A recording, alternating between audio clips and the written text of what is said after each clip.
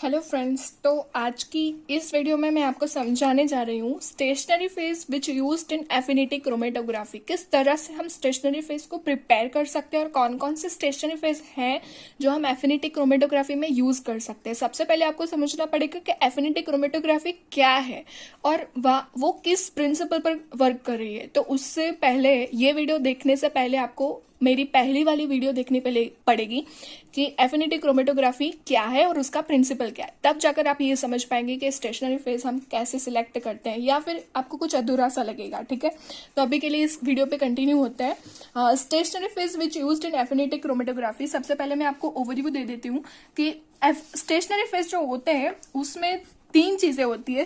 ठीक है, सबसे पहले क्या होता है, मैट्रिक्स होता है। दूसरी चीज क्या होती है, स्पेसर होता है, जो मेरा सबसे इंपॉर्टेंट है और मैं आपको इस चीज में इस वीडियो में बताने जाने वाली हूँ। स्पेसर के बाद होगा हमारा लिगेंड। जिस चीज को मैं सब्सटेंस बोल रही हूँ उसी चीज को मैं लिगेंड बोल रही हूँ अभी के लिए। ठीक है, कुछ नहीं है, वो सेम ही है जैसे मैंने आपको पहले प्रिंसिपल में समझाया था, उसको बस लिगेंड बोलना है, बस कुछ और नहीं है। जैसे कि ये मेरा कॉलम है, ठीक है, एफिनिटी क्रोमेटोग्राफी का। यहां से निकलेगा इल्यूशन, ये कॉक। यहाँ पे मैं कलेक्ट करूंगी मेरा एनालाइट। तो यहाँ पे मेरी पैकिंग होगी। तो ये पैकिंग जो भी होगी ना, यहाँ पे उसमें 3 चीजें होंगी, ये मैट्रिक्स, स्पेसर एंड लिगेंड। उसको मैं ऐसे इलाबोरेट कर सकती हूँ कि ये मेरा मैट्रिक्स है, ठीक है, उसमें ये डंडी स्पेसर, और ये मेरा क्या होगा, लिगेंड। ये मैट्रिक्स, ये स्पेसर एंड ये लिगेंड है। लिगेंड में किस किस चीज को ले सकती हूँ, जैसे कि रिसेप्टर्स होंगे। ठीक है, अगर मैं किसी ड्रग की क्वांटिटी फाइंड करना चाह रही हूँ एफिनिटी क्रोमेटोग्राफी की मदद से, तो उसके सामने कौन से रिसेप्टर वर्क हो रहे हैं, या फिर मैं हार्मोन्स भी ले सकती हूँ, या फिर मैं एंजाइम्स भी ले सकती हूँ उसके सामने। ठीक है, बट आपको उसके रिस्पेक्टिव रिसेप्टर्स को रखने पड़ेंगे। ऐसे किसी भी रिसेप्टर को उठा के नहीं रख सकते, तो रिसेप्टर होंगे। फिर मैं यहाँ पे लूंगी एज अ एंटीजन। ठीक है, मुझे एंटीजन या फिर एंटीबॉडी आपको अल्टरनेटिवली यूज कर सकते हैं, क्योंकि आपको कभी कभार यूज करना होगा, जैसे कि आपको एंटीबॉडी की क्वांटिटी फाइंड करनी है या तो फिर आपको एंटीजन की क्वांटिटी फाइंड करनी है, तो उस हिसाब से आप चेंज कर सकते हैं। ठीक है, या तो फिर मैं लूंगी आरएनए की कॉम्प्लीमेंटरी स्ट्रैंड्स। कॉम्प्लीमेंटरी यहाँ पे मैं लिख रही हूँ क्योंकि मेरा एनालाइट क्या होगा उस वक्त, आरएनए की दूसरी वाली कॉम्प्लीमेंटरी स्ट्रैंड। ठीक है, उसी हिसाब से मैं डीएनए भी ले सकती हूँ ना। तो ऐसे सब मैं लिगेंड्स को यूज कर सकती हूँ उसके सरफेस पे, एज अ स्टेशनरी फेज के सरफेस पे ऐसे बाइंड होंगे, जिसकी मदद से एनालाइट आएगा, उसके साथ बाइंड होगा एफिनिटी की मदद से, और बाद में मैं अपनी कंपोजिशन या फिर एनवायरमेंट को चेंज करके मैं अपना एनालाइट को क्या कर सकूंगी, कलेक्ट कर सकूंगी। ठीक है, तो ये हो गया मेरे लिगेंड्स के एग्जाम्पल्स जो मैंने आपको पहले भी बताए हुए हैं। फिर अब मैं बात करूंगी मैट्रिक्स के बारे में। सबसे पहले मैं बात करूंगी मैट्रिक्स के बारे में। तो मैट्रिक्स जो होता है, मतलब कि वो क्या करता है, हमारा जो कॉलम में बेस रहता है, मतलब स्टेशनरी फेज के बेस के जैसे काम करता है। जैसे कि वो बायोकेमिकल इंटरेक्शन इसका प्रिंसिपल है। ठीक है, उसमें उसका कोई भी रोल नहीं है। वो क्या करेगा, स्पेसर और लिगेंड को उसके साथ बाइंड करने देगा, बस इतना ही है। कोई भी इंटरेक्शन में उसका रोल नहीं है, ना तो उसकी पोलैरिटी यहाँ पे अफेक्ट करती है, ना तो उसकी कंपोजिशन यहाँ पे अफेक्ट करती है, ना तो उसकी एसिडिटी, बेसिसिटी और केमिकल रिएक्टिविटी वर्क करती है। जो भी है बस वो ऐसे बाइंड होने दे रहा है, ऐसा बेस के जैसे वर्क कर रहा है, बस वो नहीं होगा तो फिर ये लिगेंड और स्पेसर कहाँ पे अटैच होंगे, नहीं हो सकते।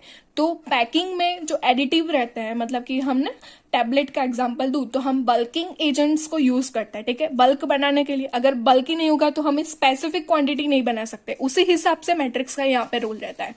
तो मैट्रिक्स के जैसे हम कौन कौन से यूज कर सकते हैं, जैसे कि डेक्स्ट्रान है, पॉलीएक्रिलामाइड जेल है,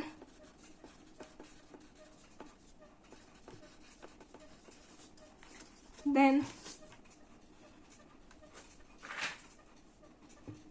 सेल्यूलोज डेरिवेटिव्स हम यूज कर सकते हैं,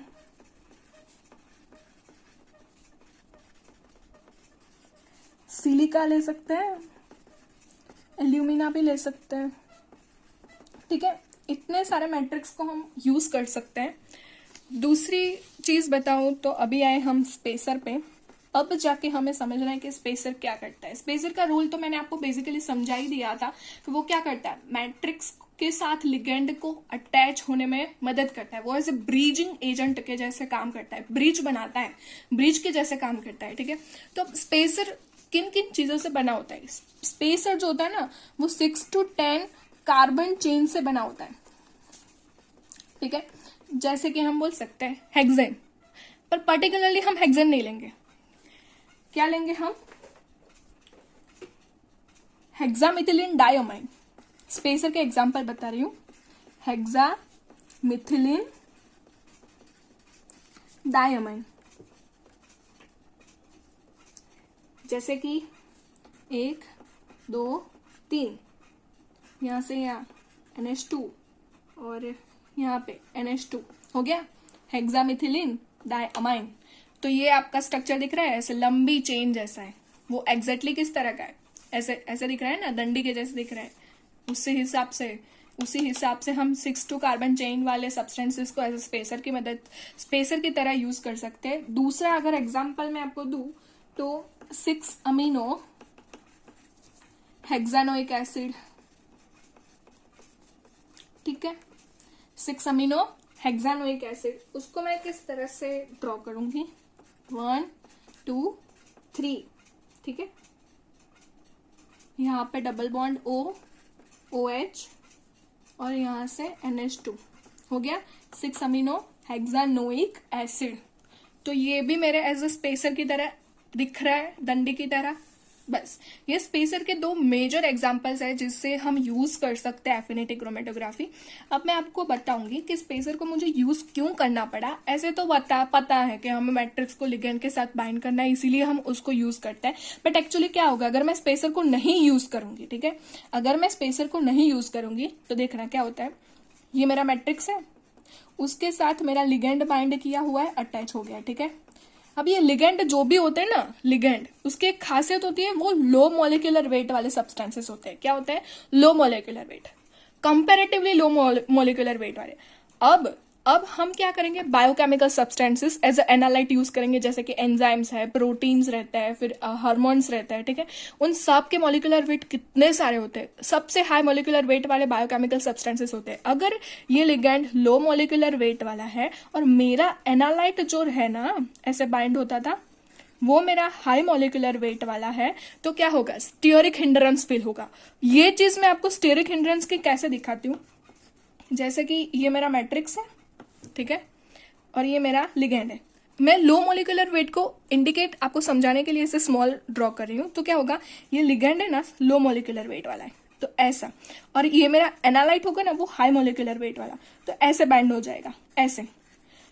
ठीक है, तो क्या होगा? मेरा एनालाइट डायरेक्टली पर तो नहीं मैं कह सकती, बट इनडायरेक्टली मेरा मैट्रिक्स के साथ बाइंड हो गया, ना तो मेरे लिगेंड के साथ बाइंड होगा। ठीक है, एफिनिटी मेरी लिगेंड के साथ होनी चाहिए, एनालाइट और लिगेंड की, बट वो अपना हाई मॉलिक्यूलर वेट होने की वजह से वो किसके साथ बाइंड हो गया? डायरेक्टली मैट्रिक्स के साथ। अगर मेरा एनालाइट मैट्रिक्स के साथ बाइंड हो रहा है, उसका मतलब है कि वो अभी कभी भी सेपरेट नहीं होगा। मैं मोबाइल फेस चेंज करूं, मैं कंपोजिशन चेंज करूं, या फिर मैं एनवायरमेंट पीएच चेंज करूं, कोई भी कर लूं, मेरा एनालाइट मैट्रिक्स के साथ से डिटैच नहीं हो सकेगा। तो मैं सेपरेशन कर सकूंगी? नहीं कर सकूंगी। तो मैं क्वांटिफाई कर सकूंगी? नहीं कर सकूंगी। तो अगर आपको समझ में ना आया तो फिर से मैं बताती हूँ। जैसे कि ये मैट्रिक्स है मेरा, ठीक है, उसके साथ स्पेसर नहीं है, डायरेक्टली लिगेंड है।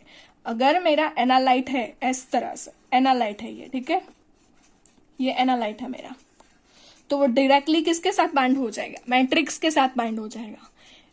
तो उसी चीज को, इस चीज को मैं बोलूंगी स्टीयरिक हिंड्रेंस। Stearic hindrance. तो स्टीयरिक हिंड्रेंस को ओवरकम करने के लिए मैं क्या यूज कर रही हूं? स्पेसर्स।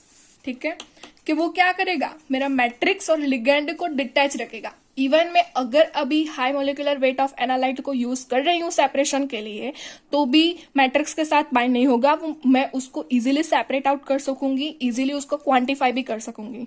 तो इसी वजह से स्पेसर्स होना बहुत ही जरूरी रहता है, ठीक है। एंड लिगेंड के बारे में मैंने आपको बता तो दिया है कि रिसेप्टर्स होते हैं, एंटीजन एंटीबॉडी कॉम्प्लीमेंट्री स्ट्रैंड्स होते हैं, वायरस भी हो सकता है अगर हम एंटीजन को एज अ लिगेंड के जैसे यूज करें, ठीक है। तो अपने हिसाब से लिगेंड हम सेट कर सकते हैं बेस्ड ऑन के which type of analyte we have to use in the affinity chromatography. So this is the thing, the role of the stationary phase in affinity chromatography specifically about the spacer.